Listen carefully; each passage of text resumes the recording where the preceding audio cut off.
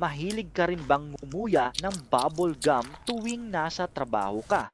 O kaya naman habang naglalaro ng paborito mong video game kasama ang mga kaibigan mo?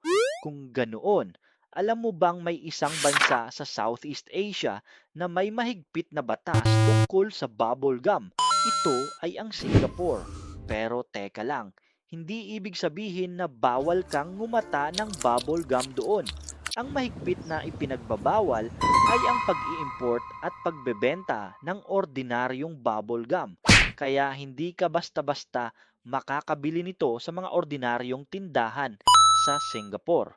Ginawa ang batas na ito dahil naging problema noon ang mga chewing gum na idinidikit sa mga pampublikong lugar, lalo na sa mga tren at iba pang pasilidad. Kaya kung pupunta ka sa Singapore, huwag kang magulat kung hindi ka makakita ng ordinaryong bubble gum sa mga tindahan.